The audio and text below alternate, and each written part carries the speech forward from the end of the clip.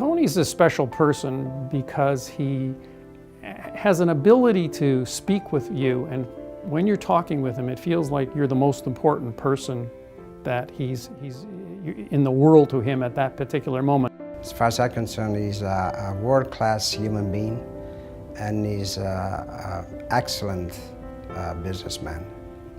I looked at Tony as more like an older brother to me than a boss. But he just comes in and makes you feel like he's known you for 20 years. And that's what people love, and that's, again, part of his great success that he has. He is a leader in every sense of the word. He gives people the opportunity to reach and achieve their true potential. And he does it in a way that it's evident that he actually cares about you. He's a good friend to his friends, he's a good employer to his employees, he's a good father to his kids, he's a good husband to my mother, and overall just a genuinely good guy. You know, it's well known that Tony is a man of the people and really is a great listener. I think he cares about what someone has to say. He's a down-to-earth individual who you can really trust as a friend and be proud to call him a friend.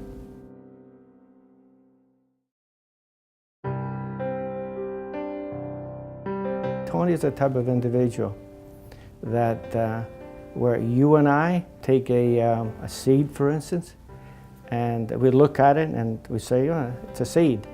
Well, Mr. Falbo looks at it differently. It's not a seed to him, it's a tree. Tony Falbo was born and raised in Cosenza, Italy. His parents, Ernesto and Julia Falbo, wanted to provide a better future for their children, so they decided to immigrate to Canada in 1960. As a 16-year-old in Toronto, his first year in his new country, Tony continued a passion that began in Italy and took night school classes in electronics at Central Technical School. As with most new immigrants to Canada, the Falbo family had limited means, and Tony worked to help support the family. My first job was washing cars. So for the summer of 1960, I was at a car wash for about 3-4 months and made a living for whatever I could. And then in the fall of that year, I found a job in a lamp factory, which I was working diligently for about 3 years. But at night, I was going to electronics school. And one day I decided that assembling lamps was not my full-time job. So I decided to go to an unemployment office on my own and look for a job in electronics. So that's what I did. The employment office directed me to this new company that was just starting, known as Tone. I went for an interview, I was hired. In fact, it was a Thursday afternoon. And the fellow there told me to come on Monday. He says, no, why Monday? Tomorrow's Friday, I can come on Friday. Tomorrow I can start working. Great, beautiful. And Tony came to work. He was very quiet, and he just was very diligent, and he did his work, and he learned the business from the ground up at that point. I was just a 17-year-old kid, out of school and looking for a job. And I met Tony for the first time very early in the morning. He was already showing his leadership role right from the get-go when I met him at Tone that first time. Tony was basically running the whole company. He had reached that stage, at that early stage in his life already, running a company. Every requirement that was there for the company, I stepped in. I went out of my way to fulfill that requirement, then automatically I became the president by applying myself and working very, very hard, and long hours, I might add. As president of Tone, Tony's management style and deep knowledge of the business appealed to clients, vendors, and his employees. I walk in the room, Tony and Sonny were there, and first thing I said, hi, Mr. Falbo. I call him, Mr. Falbo. And his answer was right away, he said, just call me Tony. He's a true gentleman. He came across very strong. He had a really good memory. He seemed to know his business very well, and he knew all aspects, many aspects of the business in a detailed way that I'd never seen before. It was Tony's vision that Mirtone evolved from manufacturing intercoms and guitar amplifiers to the business of designing and manufacturing fire alarms. The fire business was a very stable, legislative business, and I knew right then and there that the fire business was going to go a long way because it's a legislated product, must be in every building, and looking back, I think that was the right decision. He realized that systems that were easy to install, easy to understand, make buildings safer. You know, the first systems he developed were systems for daycare centers and restaurants and small-scale occupancies that could go in easy and make the building safe very quickly. The success that he did, he was able to get through with those goals was really remarkable. And I think it's related to the way he was, and it's his attention to detail which really impressed me throughout. As president, Tony oversaw the change of Mirtone from a $2 million a year business to a $35 million yearly business in the 1980s. By 1988, some of Mirtone's founders had left the business. With innovative and easy-to-use products, Mirtone expanded across Canada and the U.S. This success made Mirtone attractive to larger competitors, and ownership decided the time had come to sell the business. In 1988, Mirtone was sold to General Signal. The company had grown at a certain level that because of various forces, various stages of the growth, I believe that was the right time to sell the business at that time, knowing that at the back of my mind, I wanted to eventually restart having control of my own destiny. By that time, I had known Tony for over 12 years.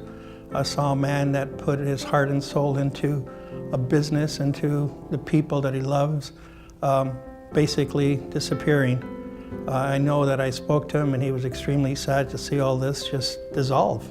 The biggest concern really was for the people, but we were selling to a larger company in the same field. So in my mind, I said, well, the key people will still go forward in the same business, and hopefully they will create a new environment with a new company. As part of the sale of Mirtone, Tony had signed a 3-year non-compete agreement preventing him from designing and manufacturing fire alarm systems. During this time, Tony joined his good friend, Frank Vanelli, at Guardia, selling products manufactured by a former Mirtone competitor, Notifier. In 1991, Tony's non-compete agreement had expired, and his desire to design and manufacture his own line of products would come to life in a new company, Mircom. When we started, a lot of my friends were questioning me whether that was the right decision to start a manufacturing company here in Toronto, in Canada, because in those days already you could hear and see that the manufacturing sector was moving down to the Far East and what have you.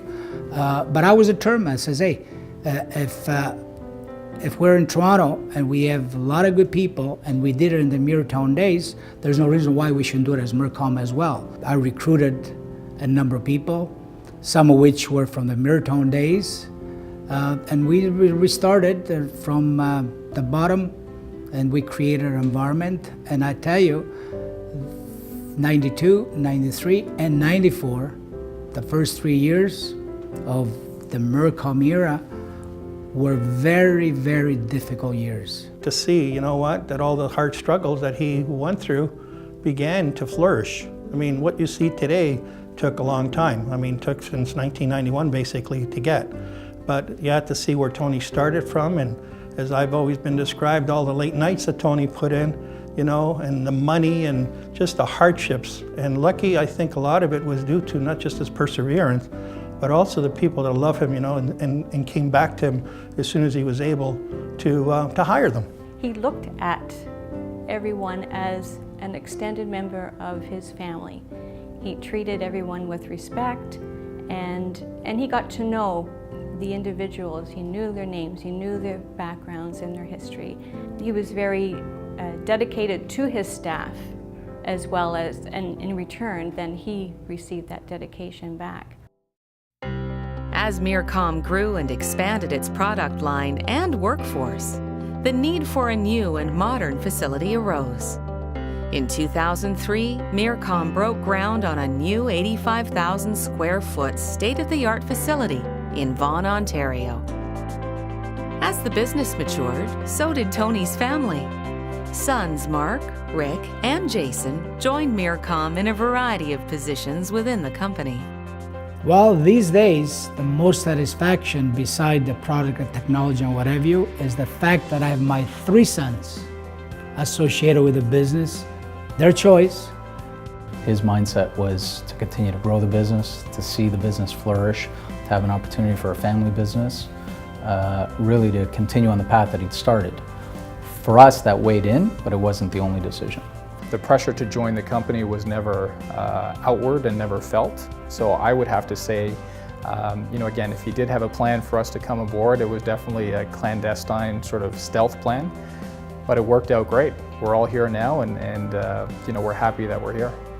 You want to actually do things that contribute back to the rest of the world, and when you can do that in a way where you're doing it as a family and working together with the people you care about, and it makes it a lot easier. A lot of people supporting me.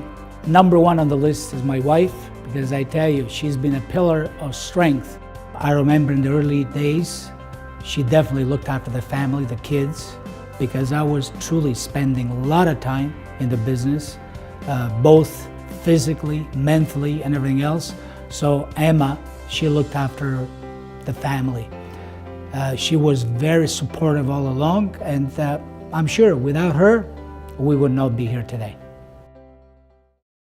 The Mircom group of companies is now a major player in the building solutions industry and has earned a reputation for excellence, innovation, and quality. After 50 years in the game, Tony Falbo, as an innovator, entrepreneur, and humanitarian, continues to seek ways to improve the fire safety of future generations of buildings and the people who occupy them. Mircom has achieved major milestones already.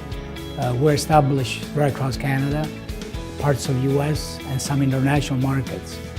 I truly believe with a commitment as a family and all the people around us, because we have a lot of good people in here and they're part of the company, we can go a long way in establishing ourselves both in technology and expansion of territories worldwide.